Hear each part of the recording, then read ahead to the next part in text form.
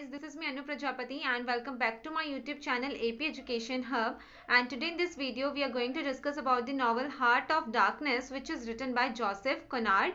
So let us see what are the topics which we are going to discuss here. So first of all, we'll discuss about the introduction to the author Joseph Conrad. Then we'll discuss about the introduction of this novel. After that, we'll discuss about the list of characters because there are so many characters in this novel. So we'll discuss the list of characters, then the detailed summary is here. After that, we'll discuss about the themes and symbols. So these are the topics which we are going to discuss here. So इस video को last तक जरूर देखना so that आपके जो भी doubts है इस नॉवल से रिलेटेड वो सभी क्लियर हो जाएं. So without any further delay, let's discuss about introduction to the author Joseph Conrad. So guys, here is the introduction to the author of Joseph Conrad. So he was born on December 3, 1857 in Ukraine, Russian Empire and died on 3 August 1924 in England. So guys, Joseph Conrad was born in Ukraine and at that time Ukraine was not as small as it is today. At that time Ukraine was a part of Russian Empire and Russian Empire included both the Russia as well as Ukraine. So Russian Empire जो था वो काफ़ी बड़ा था और Ukraine वो आज का यूक्रेन नहीं था. उस टाइम पर यूक्रेन जो है वो रशियन एम्पायर का ही पार्ट हुआ करता था. तो 1857 में इनका बर्थ होता है and he was English novelist and short story writer. One of the greatest English novelist of 20th century. इनको 20th सेंचुरी का one of the greatest English novelist consider किया जाता है. And he was a world traveller who worked as a merchant sailor much of his life. So इनको travelling बहुत पसंद थी. Was a world travel. इन्होंने काफ़ी ज़्यादा जगहों को ट्रैवल किया as a merchant sailor much of his life. So that's all about the author because introduction to the author is not that much important. ये हम इसलिए डिस्कस करते हैं कि आपको थोड़ा बैकग्राउंड पता हो कि ऑथर कहाँ से बिलोंग करते थे. Now will discuss about introduction to this novel. So guys, here is the introduction to this novel. This novel was first published in 1899 by Blackwoods magazine. So सबसे पहले ये novel जो publish होती है 1899 में होती है और ये publish की जाती है Blackwood magazine के through. A sailor Charles Marlowe tells the story of his assignment as a steamer captain for a Belgium company in African interior. तो ये जो नॉवल हम पढ़ रहे हैं इसमें आखिर स्टोरी क्या है. यहाँ पर एक सेलर है Charles Marlowe. Sailor you guys know ना, जो शिप्स चलाता है सी में. So that is sailor. So Charles Marlowe is a sailor जो यहाँ पर बता रहा है कि उसका एक्सपीरियंस कैसा रहा. वो हम पूरा भी आगे देखेंगे इस स्टोरी में. Novel is regarded as a critic of European colonial rule in Africa. So guys इस नॉवल को हम एज अ क्रिटिसिज्म भी कंसीडर कर सकते हैं यूरोपियन कॉलोनियल रूल का, क्योंकि उस टाइम पर जो अफ्रीका है वो यूरोप की कॉलोनी था. और आपको पता है कि जब भी कोई कंट्री किसी की कॉलोनी बनता है तो जो दूसरी कंट्री होती है वो उस पर अपना पूरा हक समझ लेती है और उसके साथ बहुत ज़्यादा ब्रूटल बिहेव करती है. तो इसको हम एक तरीके से एज अ क्रिटिक देख सकते हैं यूरोपियन कॉलोनियल रूल का.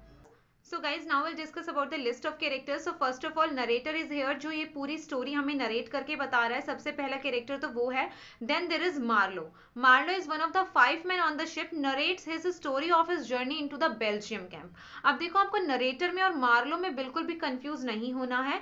नरेटर इज द पर्सन जो हमें पूरी स्टोरी नरेट करके बता रहा है and Marlowe is the person जो कि इस स्टोरी के अंदर है और अपने पर्सनल एक्सपीरियंसेस को बता रहा है. मतलब वो शिप में जा रहे हैं, 5 लोग हैं जो कि एक शिप में ट्रेवल कर रहे हैं and Marlowe is one of those 5 man. और वो उन 5 लोगों को अपनी स्टोरी नरेट करके बता रहा है कि जब उसकी जर्नी थी बेल्जियम कॉन्गो में तो उसके एक्सपीरियंसेस किस तरीके के रहे. So narrator and Marlow are the 2 different personalities. और अगर अभी भी आपको डाउट है तो आप कमेंट बॉक्स में पूछ लेना, I will tell you there. Then next character is Kurtz. Kurtz is man of many talents, ambitious and intellectual, chief of the inner station. This is chief. So जो Kurtz है उसके अंदर बहुत talented है. Is multi talented, very ambitious and intellectual and he is the chief of inner station. Then next character is general manager, chief agent of company in African territory, run companies central station there. So जो general manager है वो chief agent है उस company का जो कि Africa में open कर रखी है यूरोप ने. मतलब यहाँ पर हम यही तो देख रहे हैं कि यूरोप का कॉलोनियल रूल कैसा था अफ्रीका के अंदर. सो अफ्रीका में जो यूरोप है उसने अपनी एक कंपनी खोल रखी थी और उस कंपनी का जनरल मैनेजर यहाँ पर हम देख रहे हैं. Then the next character is the brickmaker. Marlowe meets him at central station, most trusted favorite of general manager and kind of corporate spy. Never produces bricks. Waits for some essential elements always. So जो brickmaker है, जो Marlow है, Marlowe मैंने बताया narrator जो कि अपने 5 लोगों को बता रहा है इस पूरी स्टोरी के बारे में, नरेट कर रहा है ना ये स्टोरी. सो मार्लो जो है उससे मिलता है सेंट्रल स्टेशन में. और जो ये ब्रिक मेकर है ये बहुत ट्रस्टेड पर्सन है जनरल मैनेजर का फेवरेट है क्योंकि ये एज अ स्पाई भी काम करता है। मतलब ये हमेशा ना ढूंढता रहता है कि उसको कोई चुगली मिल जाए और वो जाकर जनरल मैनेजर को बता दे, क्योंकि इसका काम ही है। स्पाई का काम क्या होता है कि वो हमेशा इधर उधर घूमता रहता है कि उसको कोई मसालेदार खबर मिले। So brick maker is that kind of personality, never produces brick. उसका नाम है brick maker, but it doesn't mean कि वो ब्रिक प्रोड्यूस करता है, उसका नाम ही है सिर्फ ये। Then next character is the chief accountant, efficient worker with incredible habit of dressing up. Then we have the next character, pilgrims, greedy agents of central station. So central station है Europe का Africa में। मैं आपको ये चीज बता चुकी हूँ। वहां पर जो लोग काम करते हैं, जो एजेंट है वहां के, उनको कहा गया है pilgrims. All want to be appointed to a station so that they can trade for ivory and earn commission. Exactly. So जो pilgrims है ये सेंट्रल स्टेशन के कुछ एजेंट्स हैं, ग्रीडी एजेंट्स हैं, जिनको हमेशा अपने पर्सनल कमीशन से मतलब रहता है। वो हमेशा इस वेट में रहते हैं कि उन्हें कोई मौका मिले and they will get some money. Then next character, cannibals, natives hired as the crew of the steamer, well-tempered bunch. Cannibals जो है वो नेटिव लोग हैं जो कि स्टीमर है उसके एज अ क्रू मेंबर उन्होंने अपॉइंट किया है। Then the next character is a Russian trader, a Russian sailor, gone into the African interior as a trading representative of a Dutch company, devoted disciple of Kurds, wears multicolored pitched jacket, so is a kind of jester. So जो Russian trader है, जो Russian sailor है, ये gone into the African interior as a trading representative of a Dutch company. एक Dutch company के representative के तौर पर ये वहां पर जाता है। Devoted disciple of Kurtz. So this is the Russian trader. Next character is helmsman, young man from the coast, trained by Marlow's predecessor to pilot the steamer. So जो हेल्समैन है वो एक यंग पर्सन है और उसको train किसने किया है, मतलब उसको सेलिंग किसने सिखाई है, वो सिखाई है जो मार्लो का प्रेडिसेसर था, जो मार्लो से पहले था, उसने सिखाई है। Serviceable pilot, work for Marlowe until he is dead.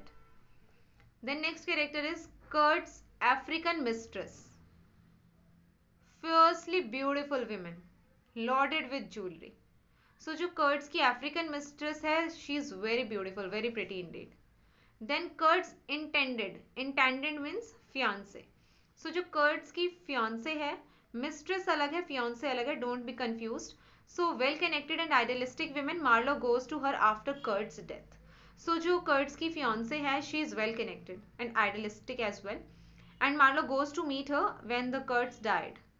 मिलने के लिए चाहता है मार्लो उससे जब कर्ट्स मर जाता है। वो हम सारी चीजें स्टोरी में देखेंगे, मैं सिर्फ आपको कैरेक्टर का एक ब्रीफ इंट्रोडक्शन दे रही हूँ। देन आंट, जो आंट है ये मार्लो की रिलेटिव है, who secures him a position with the company. और जो कर्ट्स की मार्लो की जो ये आंट है, ये एक पोजीशन उस कंपनी में अपनी बना लेती है and believes imperialism as a charitable activity that saves civilizations and religions. Because देखो, अब जो मार्लो की आंट है वो यूरोपियन कंपनी जो अफ्रीका में ओपन हो रखी है उसमें अपनी एक पोजीशन सिक्योर कर लेती है, वो उस कंपनी में काम करने लग जाती है, एक तरीके से कह सकते हो।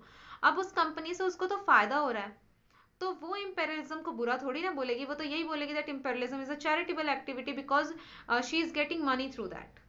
सो Kurtz aunt believes that imperialism saves civilization and religion. So according to her, imperialism is a good activity, but it is not. The next character is the man abroad, the Nele, Marlowe's friend, with him on a ship, audience of the story. So ये जो man है Marlowe के साथ ship में, वो सभी लोगों के बारे में बताया और वो मार्लो की इस स्टोरी की ऑडियंस है। देखो हमारे नरेटर की स्टोरी की ऑडियंस तो हम है क्योंकि हम उसको पढ़ रहे हैं, बट मार्लो जो स्टोरी यहाँ पर नरेट कर रहा है उसकी ऑडियंस वो 4 लोग हैं और 5th वो खुद है। The next character is Fresleven, Marlow's predecessor as a captain of the steamer. मैंने अभी आपको ऊपर बताया था एक मार्लो का प्रेडिसेसर होता है जो कि स्टीमर चलाना सिखाता है, तो दैट इज फ्री स्लीवन और वो कैप्टन होता है उस स्टीमर का। So that's all about the characters, this is the character list. Now will discuss about the summary and you guys make sure कि आप लोग समरी को अच्छे तरीके से समझ लो because that is the main crisp. So guys, here is the detailed summary of this novel, and this novel starts with the narrator describes about a night spent on a ship in the river Thames, England. So guys, ये novel start किस तरीके से होती है, जो हमारे narrator है वो बताते हैं कि Thames river, Thames is a river in England, Thames river में एक शिप जा रही है और उसमें किस तरीके की एक नाइट स्पेंड होती है, उस तरीके से ये नॉवल स्टार्ट होती है। मतलब पूरा सीन जो है वो उस नाइट के बारे में है। ये हमारे नरेटर हमें इन्फॉर्म करते हैं। अब उसके बाद स्टोरी स्टार्ट होती है। Marlow, Marlow is the narrator, जो कि उन 4 लोगों को नरेट करके बताएगा। Marlow one of the 5 man. So ये जो शिप जा रही है थेम्स रिवर में, जो कि ट्रेवल कर रहे हैं, उस शिप में 5 लोग हैं, and Marlowe is one of those 5 man. So Marlowe tells his time spent as a riverboat pilot in the Belgium Congo. अब रात के टाइम पर ये 5 लोग उस शिप में ट्रैवल कर रहे हैं, और जो मार्लो है वो उनमें से एक है, और वो अपने एक्सपीरियंसेस बताता है कि जब वो रिवर बोट पायलट था बेल्जियम कोंगो में तो उसके साथ क्या होता है। वो सब चीजें वो यहाँ पर अब नरेट करके अपनी पूरी स्टोरी स्टार्ट करता है। Marlowe gets a job as a pilot on steamship on the Congo River in Africa for European business outfit with the help of his aunt.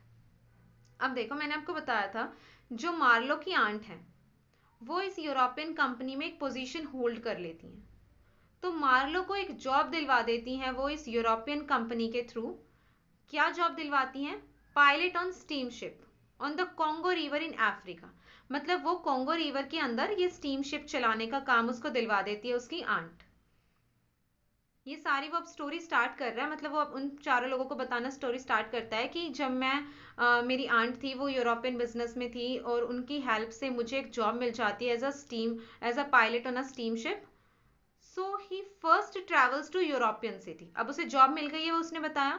अब सबसे पहले जॉब मिलने के बाद वो कहाँ ट्रेवल करता है? यूरोपियन सिटी में। He describes Whited Sepulchre as a company's headquarter, then Africa, Congo to assume the command of the ship. So बताता है सबसे पहले वो यूरोपियन सिटी जाता है, उसके बाद वो डिस्क्राइब करता है वाइटेड सेपल्चर जो है वहां पर कंपनी का हेडक्वार्टर है यूरोप में, उसके बारे में पूरा एक्सप्लेन करता है। देन वो बताता है कि वो अफ्रीका जाता है, Congo, to assume the command of the ship.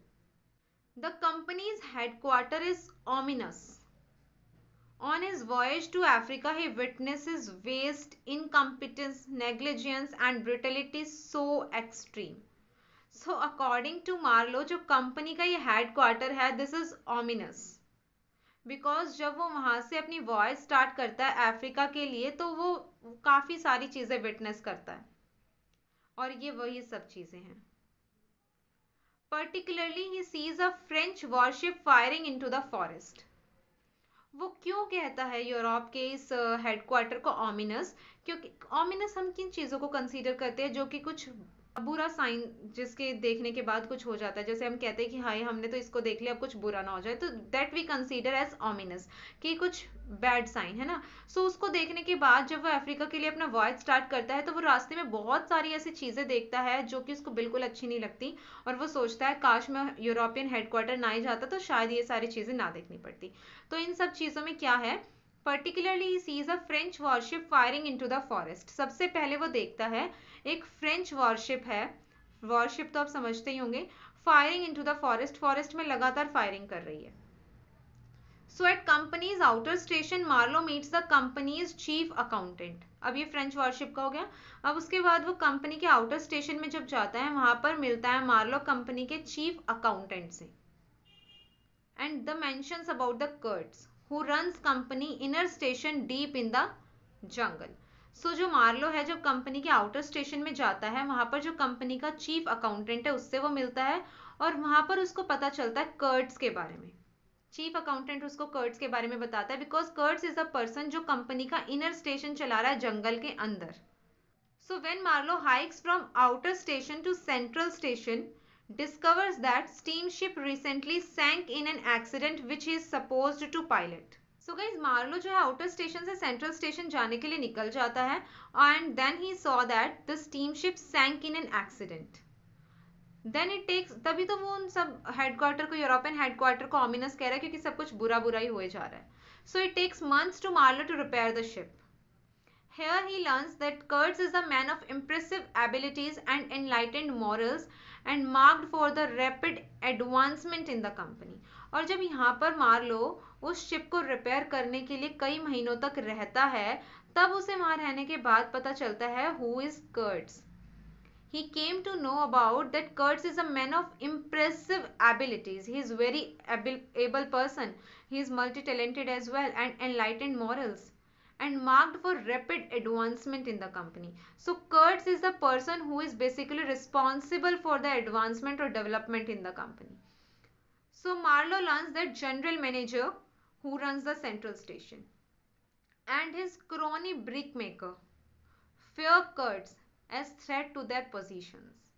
सो यहाँ पर आने के बाद जो मार्लो है उसको पता चलता है कि जो जनरल मैनेजर है जो कि पूरा सेंट्रल स्टेशन मैनेज करता है और brick maker who is the spy I told you in the character list, so both of them fear of Kurtz. Why they are fearing of Kurtz? Because they thought that he might threat to their position. कर्ट्स को इतना कुछ Marlowe के बारे में पता चल जाता है. Then Marlow finds himself obsessed with meeting Kurtz, rumoured to be sick. तो उसके बाद मार्लो जो है वो मिलना चाहता है कर्ट्स से और कर्ट्स के बारे में ये रूमर है दैट इज सिक, वो बीमार चल रहा है. So Marlow gets the ship fixed, sets off up river with general manager and other agents of the company calls pilgrims. So उसके बाद मार्लो जो है वो पूरी शिप ठीक कर लेता है और वो दोबारा से अपनी ट्रैवलिंग स्टार्ट करते हैं. उनके साथ इस बार जनरल मैनेजर भी है और कुछ अदर एजेंट्स भी है कंपनी के, वही एजेंट्स जिनको कमीशन चाहिए था, पिलग्रिम्स. सो ये साथ में ट्रैवल करते हैं मार्लो के. This is long and difficult. Native drums beat through night, snakes in the river, blinding fogs delay them. So जो ये इनकी जर्नी थी ये काफ़ी लंबी थी और डिफिकल्ट भी थी. क्यों थी लंबी तो चलो थी, बट डिफिकल्ट क्यों थी? जो नेटिव लोग थे वो ड्रम्स बीट करते हैं पूरी नाइट, ठीक है. और जो ओशन है, जो रिवर है, सॉरी नॉट ओशन, जो रिवर है उसके अंदर फोग आ जाती है. सो उस कारण जो उनकी ये जर्नी है वो कहीं ना कहीं डिले होती है. Just before they reach the inner station, so देखो कर्ट सबसे पहले जाता है आउटर स्टेशन, फिर वो जाता है सेंट्रल स्टेशन और अब वो आ रहा है इनर स्टेशन. इनर स्टेशन पहुंचने से पहले the steamship is attacked by the natives. Inner station पहुंचने से ही पहले जो स्टीमशिप है उस पर अटैक हो जाता है. और कौन करते हैं attack? Native people. Marlow's helmsman, native train to steer the ship, killed. उसके बाद ये जो नेटिव्स का अटैक होता है उसमें जो मार्लो का हेल्समैन था जो मैंने अभी आपको लिस्ट में बताया था वो मर जाता है. In inner station, so finally now they reached the inner station and at inner station a Russian trader meet them on the shore, tells Kurtz is alive but ill. तो इनर स्टेशन में एक Russian trader इनको मिलता है जो बताता है Kurtz is alive but he is ill. है तो जिंदा वो बट बहुत ज्यादा बीमार चल रहा है. Then general manager goes to get Kurtz. Marlow talks to the Russian trader and no more about Kurtz. उसके बाद जो जनरल मैनेजर है वो कर्ट से मिलने चला जाता है, उसको देखने चला जाता है कर्ट्स को, और मार्लो जो है वो यहीं पर रह जाता है और वो रशियन ट्रेडर से बात करता है बिकॉज वो कर्ट्स के बारे में और ज़्यादा जानना चाह रहा था. क्योंकि उसकी जो कैरेक्टरिस्टिक्स थी वो मार्लो को बहुत इंप्रेसिव लग रही थी. और जब भी हमें किसी ऐसे इंसान के बारे में पता चलता है that he is having a lot of abilities, तो हम उस इंसान के बारे में जानना चाहते हैं. सो सेम थिंग यहाँ पर जो मार्लो है वो और ज़्यादा जानना चाह रहा था कर्ट्स के बारे में और वो रशियन ट्रेडर से उसके बारे में और जानकारी लेने की कोशिश करता है. When general manager and other men bring Kurtz out of the station on a stretcher, natives including a woman seems to be Kurt's mister appear ready to riot. So जो जनरल मैनेजर है जो कर्ट्स को देखने गया था वो और उसके जो और लोग थे जो ये पिलग्रिम्स थे, ये कर्ट्स को एक स्ट्रेचर पर लेकर आ रहे होते हैं. स्ट्रेचर आपको पता है जो हॉस्पिटल्स वगैरह में यूज होते हैं उस पर लेकर आ रहे होते हैं. सो नेटिव्स इंक्लूडिंग विमेन और जो कुछ और औरतें होती हैं, कुछ नेटिव पीपल वहां पर आ जाते हैं और उन नेटिव्स में कर्ट्स की मिस्ट्रेस भी होती है. वो पूरा राइट करने के लिए तैयार है, दंगे करने के लिए तैयार होती हैं बिकॉज वो नहीं चाहती कि कर्ट्स को कहीं भी लेकर जाया जाए. Kurtz calms them and they back into the forest. मतलब जब कर्ट्स को स्ट्रेचर पर लेकर आ रहा होता है जनरल मैनेजर, तो वहाँ के जो लोग होते हैं जो कर्ट्स के इनर स्टेशन के लोग होते हैं वो भड़क जाते हैं, बट जो कर्ट्स है उनको शांत करता है और वो कर्ट्स के कहने पर वापस फॉरेस्ट में चले जाते हैं. So Russian reveals to Marlowe that Kurtz had ordered to attack on the steamer to make them believe he was dead. So जो रशियन ट्रेडर था यहाँ पर मार्लो को एक चीज रिवील करता है कि जो कर्ट्स है उसने ऑर्डर दिया है अपने नेटिव लोगों को कि तुम स्टीमर पर अटैक कर देना ताकि ये लोग मान ले कि जो कर्ट्स है वो मर गया. मतलब यहाँ पर कर्ट्स एक प्लानिंग करता है. वो अपने लोगों को कहता है कि तुम इस स्टीमर पर अटैक करना और जो ये जनरल मैनेजर वगैरह और जो पिलग्रिम वगैरह ये सोचेंगे कि कर्ट्स मतलब मैं मर चुका हूँ. देन ये ले जाते हैं जनरल मैनेजर वगैरह इसको स्ट्रेचर पर जब लेकर आते हैं, लेकिन जो कर्ट्स होता है वो भाग जाता है रात को। और मार्लो को तो इसके बारे में बता दिया था जनरल रशियन ट्रेडर ने कि इसकी ये सारी प्लानिंग है। तो मार्लो ये चीज समझ जाता है कि कर्ट्स यहाँ से बचकर भागने की कोशिश करेगा। So Marlow goes out in search of him, Marlow उसको ढूंढने के लिए निकल जाता है जब रात को कर्ट्स गायब होता है तो, and finding him crawling towards a native camp, और उसको नेटिव कैंप की तरफ जाते हुए देख लेता है। So Marlow stops in convincing him to return the ship, Marlow उसको रोकता है और उसको कन्विंस करने की कोशिश कर रहा है कि आप क्यों जा रहे हो, आप वापस शिप में आ जाओ, मत जाओ। So they sets off down the river next morning, but Kurtz health is failing fast. So Kurtz आ तो जाता है, बट जो कर्ट्स की हेल्थ है वो बहुत ज्यादा खराब होने लग जाती है। Marlow listens to Kurtz talk while he pilots the ship. Kurtz entrust him with a packet of personal documents. So Marlow से काफी ज्यादा कर्ट्स बातें करता है, और उसके बाद वो देखता है कर्ट्स की मेरी हेल्थ बहुत ही ज्यादा खराब हो रही है। तो कर्ट्स मार्लो को एक पैकेट देता है जिसमें उसके कुछ पर्सनल डॉक्यूमेंट्स है, और उसको बोलता है कि ये किसी पर्सन को हैंड ओवर करना है, जिसको भी करने के लिए वो बोलता है, मैं आपको आगे बताऊंगी। तो यहाँ पर मार्लो जो है वो कर्ट से बात करता है, और कर्ट्स की हेल्थ बहुत ज्यादा खराब होती चली जाती है, और वो पर्सनल डॉक्यूमेंट्स का एक पैकेट दे देता है किसको, मार्लो को। So steamer breaks down, they have to stop for repairs, और जो स्टीमर है वो खराब हो गया, अब उन्हें रुकना पड़ता है। And Kurtz dies, his dying words the horror the horror, और कर्ट्स मर जाता है, और उसके जो डाइंग वर्ड्स होते हैं वो ये होते हैं, the horror the horror. Marlowe also falls ill but survives, Marlowe की भी तबीयत खराब हो जाती है, but fortunately he survives. So Kurtz returns to Sepulchral City, Europe and gives Kurt's paper to Kurt's intended. उसके बाद जो मार्लो है वो जाता है यूरोप सेपल्चरल सिटी में, और वहां पर जो कर्ट्स के डॉक्यूमेंट्स थे जो कर्ट्स ने उसको दिए थे, वो डॉक्यूमेंट्स मार्लो कर्ट्स की इंटेंडेड को, मतलब कर्ट्स की जो फियांसे होती है उसको दे देता है। She is still mourning even though it has been over a year since Kurtz death. So जो कर्ट्स की मिस्ट्रेस है वो अभी भी इस चीज के दुख में है, कर्ट्स के दुख में है, जबकि उसकी डेथ को 1 साल हो चुका है। And then she praises Kurtz and ask Marlow to tell the Kurtz last word. उसके बाद जो कर्ट्स की फियांसे होती है वो कर्ट्स को बहुत ज्यादा प्रेज करती है, और मार्लो से पूछती है कि कर्ट्स के लास्ट वर्ड क्या थे। Marlowe does not want to destroy her beautiful delusions, he says it's her name. Because वो उसकी फियांसे थी, she was in love with him, और वो सोच रही थी कि उसके लास्ट वर्ड्स मेरे से ही रिलेटेड होंगे। सो मार्लो उसके इस ब्यूटीफुल इल्यूजन को खत्म नहीं करने देना चाहता था, और वो उसको कहता है कि कर्ट्स के जो लास्ट वर्ड्स थे वो तुम्हारा नाम था। On the ship in the Thames, Marlowe falls silent, narrator stares out of the ship, it seems to him that Thames leads into the heart of an immense darkness. तो उसके बाद जब वो उसकी फियांसे को, कर्ट्स की फियांसे को सारे डॉक्यूमेंट्स दे देता है और वहां से आ जाता है, ये यहाँ पर जो मार्लो है वो अपनी स्टोरी खत्म कर देता है, वो शिप में चुप हो जाता है, क्योंकि उसका जो ये वॉयज था, उसकी जो फर्स्ट जर्नी जो एज अ पायलट वो स्टार्ट करता है वो खत्म हो गई। अब वो उसने पूरी स्टोरी अपने उन चारों लोगों को बता दी, तो वो उस शिप के अंदर चुप हो जाता है मार्लो अब, और यहीं पर हमारी स्टोरी भी खत्म हो जाती है। सो नरेटर जो है वो उस शिप से बाहर आ गया, मतलब स्टोरी खत्म हो गई।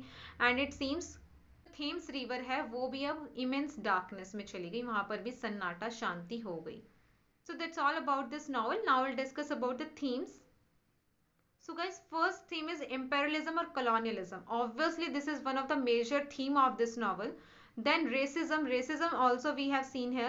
Then hollowness, जो वो कहता है कि यूरोपियन सिटी जो थी वो ominous थी. So European civilization is hopelessly and blindlessly corrupt. So hollowness is also there. Then there are the symbols. First symbol is sepulchral city. This sepulchral city is symbolizing European civilization. That European people are very much civilized. ये चीज symbolize करे. The next symbol is Congo River. And Congo River symbolizes movement towards the goal. कि आप उस river को cross करके अपने goal तक पहुंच जाएंगे. So that river symbolizes the movement towards the goal. Then ivory. Ivory जो है उसको बेचकर you will get the money, so this symbolizes the greed और commercialism, because at that time ivory जो है, even though today as well, ivory is very costly, so it's symbolizing the greediness or the commercialism. The next the next symbol is curds as well. Curds symbolizes the darker side of humanity, where greed can take you. So guys I hope आपको ये novel अच्छे से clear हो गई होगी. इसके बाद भी if you guys are having any doubt then you can contact me Instagram, Facebook page और WhatsApp. I will give the link of all the thing in the description box, so do follow me there. और आप चाहते हैं कि हम किसी और pome के बारे में, नॉवल के बारे में डिस्कस करें, then do let me know in the comment box. And I hope आपको ये वीडियो पसंद आई होगी. अगर वीडियो पसंद आई तो वीडियो को लाइक करें, कमेंट करके बताएं कैसे लगे, अपने फ्रेंड्स के साथ जरूर शेयर करें. एंड मिलते हैं नेक्स्ट वीडियो में. Bye bye.